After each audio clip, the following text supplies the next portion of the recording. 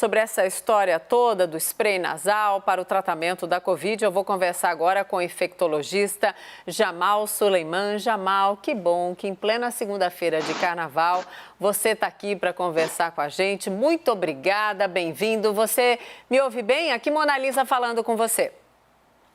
Oi, Mona Lisa, ouço bem sim, obrigado pelas palavras. E a gente está trabalhando, né? Carnaval, a gente vai fazer no ano que vem a festa da queima das máscaras. Pelo amor de Deus, sem dúvida.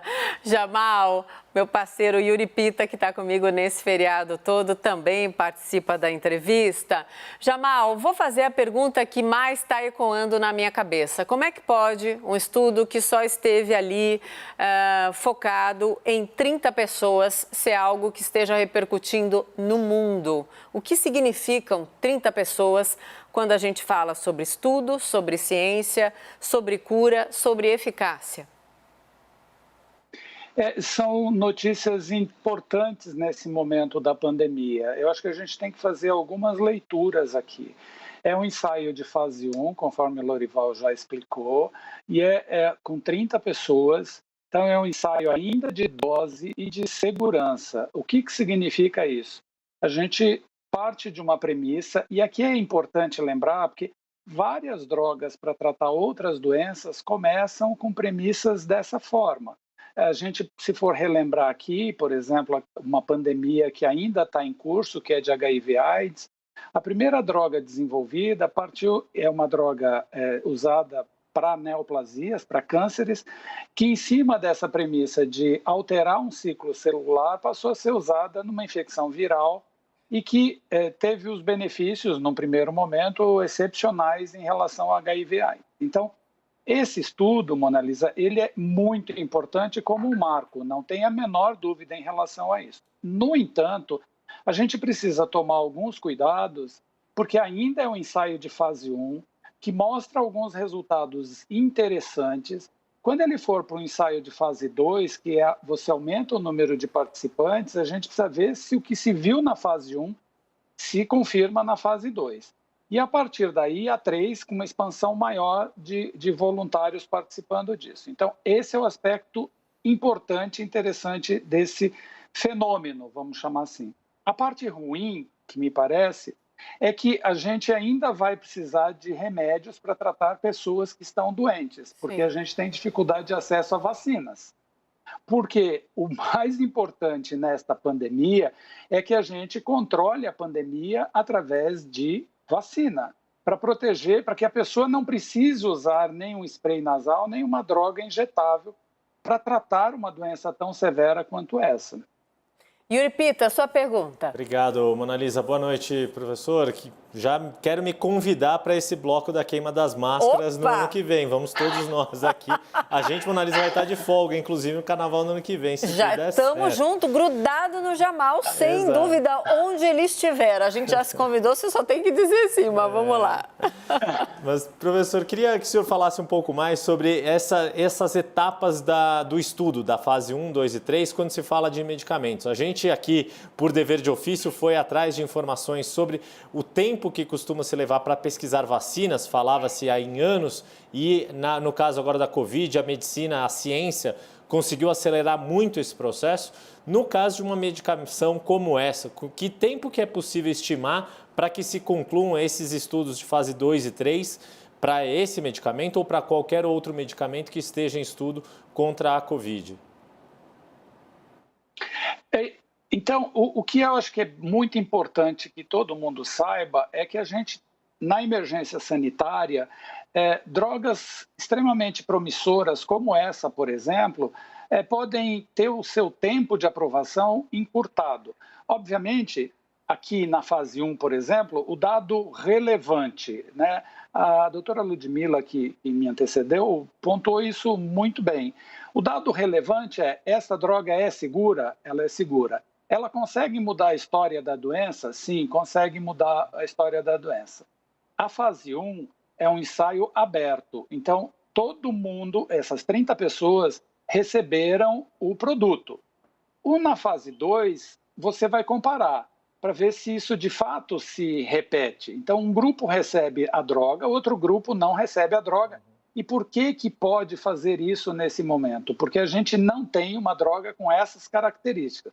Ou eu posso comparar, por exemplo, com corticoide, que é uma das drogas usadas em formas graves da doença. E aí eu vou avaliar o impacto desse produto novo, que eu vou chamar de A, contra aquilo que é o tratamento padrão para a doença. Uma vez estabelecido que, de fato, a diferença de eficácia entre um produto e outro, numa análise comparativa, eu entendo que a droga que eu estou testando, ela se sobrepõe àquela que seria o padrão, eu parto para um estudo maior, em que aí eu vou ter um número maior de indivíduos.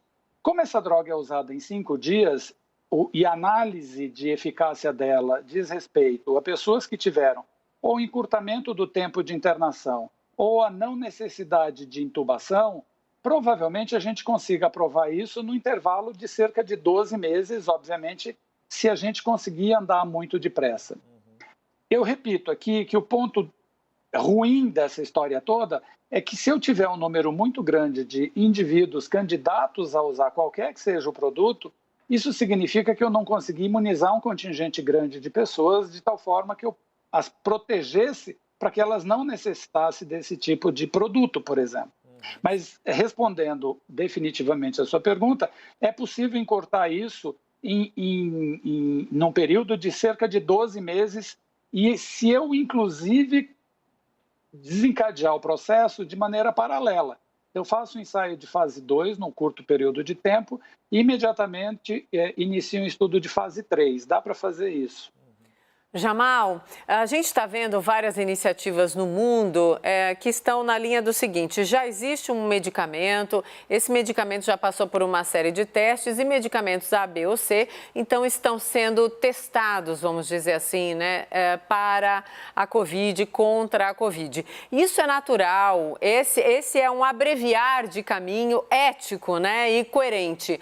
Para quem assusta quando a gente fala, no caso desse spray, por exemplo, que a gente está falando sobre um spray que é para tratar de câncer no ovário e que seria eficaz nesse primeiro momento contra a Covid, o que significa exatamente isso para a ciência? É você ter um outro olhar sobre o mesmo produto, né? Eu exemplifiquei em relação à droga para tratar HIV/AIDS, a primeira Sim. delas, que é a zidovudina, o AZT. Então, é um outro olhar sobre uma droga que tem umas características que interferem na patogênese, né, no processo de como a doença se desenvolve. É só lembrar, Mona Lisa, que não é a única droga capaz de ficar a capacidade, a doença inflamatória desencadeada pelo SARS-CoV-2, que é o vírus causador da Covid-19. Existem várias outras drogas que usam este modelo de abordagem. Elas têm mecanismos diferentes, mas o modelo de abordagem é o mesmo. O que tem nessa e em algumas outras drogas é o uso através de spray nasal, que é uma facilidade, mas que também pode representar, por isso a importância dos ensaios clínicos, né? Porque em 30 pessoas, no ensaio aberto, não dá para você perceber qual é a dificuldade operacional, por exemplo, para doente grave que não tem como você colocar um spray nasal, né? Então, numa situação crítica, a melhor via de administrar qualquer que seja o produto é através da veia do indivíduo. Então, são essas coisas operacionais que vão ser vistas no ensaio maior, com um número maior de participantes, comparando produtos para ver se de fato isso se repete. Sim. Yuri, quer amarrar algo que precisamos?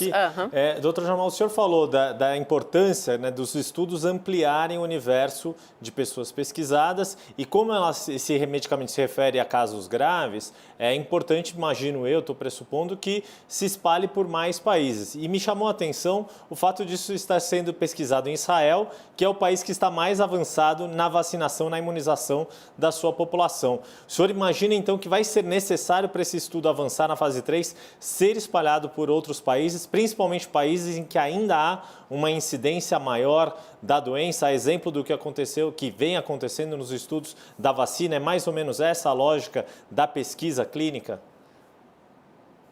Eu acho que é assim, porque você chamou a atenção para a primeira parte da minha fala, né? Então, tem as vantagens e as desvantagens de um processo desse.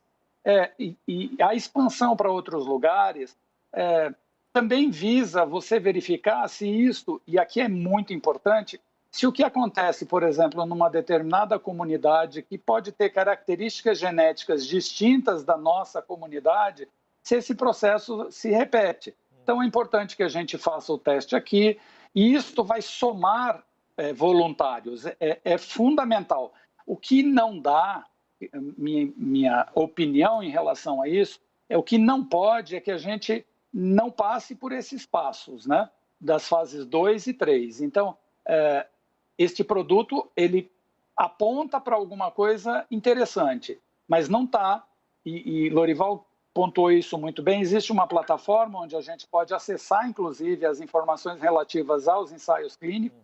Esse ensaio tem a previsão de publicação para daqui mais ou menos um mês. Então, até lá, quando a gente vai poder ter acesso a todos os dados disponibilizados acerca do que aconteceu nesse ensaio aberto, é muito difícil você avaliar definitivamente ou de maneira mais clara o que está sendo referido como eficácia desse produto.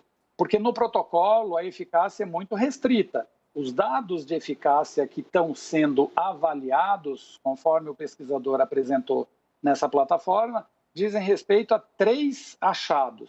Então, nós temos que ver se eles seguiram completamente esses 3 achados e se esses 3 achados, de fato, têm algum impacto naquilo que está se dizendo que é eficaz. Mas, de qualquer forma, assim, eu acho que é importante que a gente veja algumas luzes nesse final de túnel.